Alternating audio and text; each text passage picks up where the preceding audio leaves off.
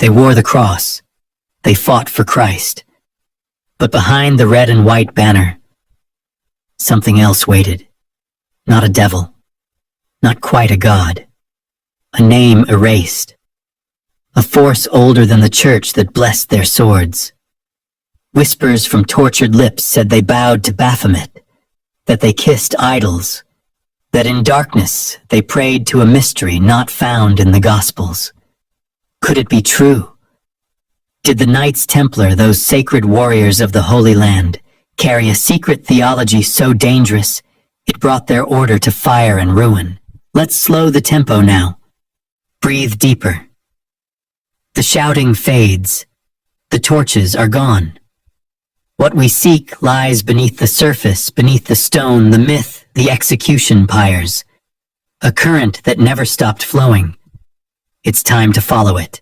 You stand before the temple, but there is no temple. Just questions. There always have been.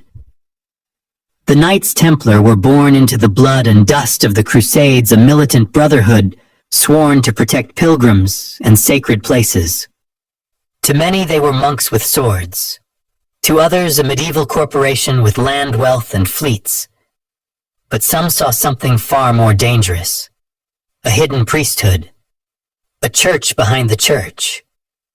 One that read scriptures long buried and knelt before mysteries never meant for Rome. From their earliest days, the Templars gathered strange relics. They built chapels with no windows and altars without crosses. They studied geometry not for buildings, but for meaning. They invoked saints the church had forgotten and lit candles in patterns resembling stars. When their downfall came, it wasn't for failure in battle or failure in faith. It was for heresy, blasphemy, idolatry, and most chilling of all, for worshipping a being with no face, no name, and many meanings. What was it the Templars truly believed? Were they guardians of Christ's hidden teachings, or inheritors of something far older and far stranger? Tonight we walk with them from the Holy Land to secret chapels in France, from dusty scrolls to burnings at the stake. Through it all, we'll search for the mystical core they never let go of, even as the flames consumed them. Before we venture further into the shadows, take a moment to subscribe, so you never miss a secret that history has tried to forget. You are told they were named for the Temple of Solomon, that their very title, Milites Templi, meant soldiers of the temple. And yet, not a single one of the original knights ever laid eyes on the original temple. It had long since crumbled into dust by the time they arrived in Jerusalem in 1119.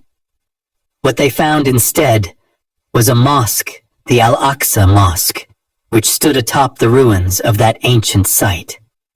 And still, they made it their headquarters, staking a mystical claim on a vanished holy ground.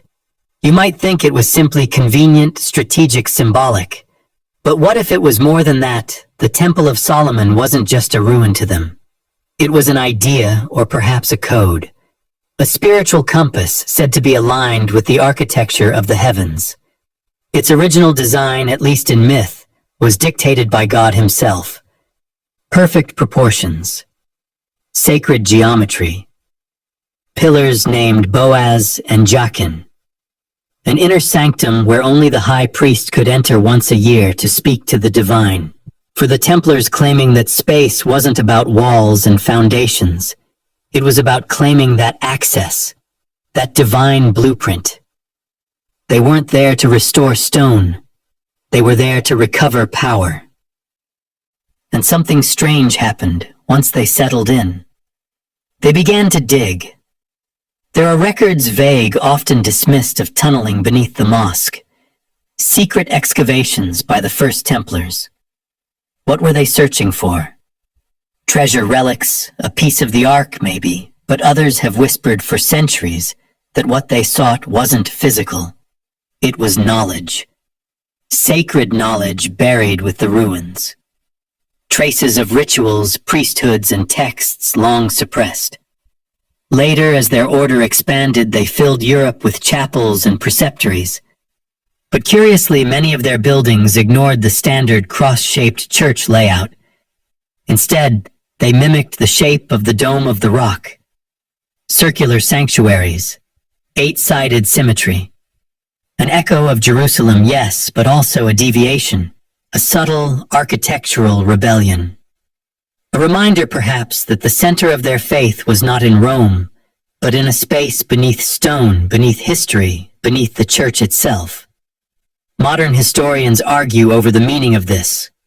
Some say it was practical, that octagons are easier to roof, or that it honored Christ's resurrection on the 8th day.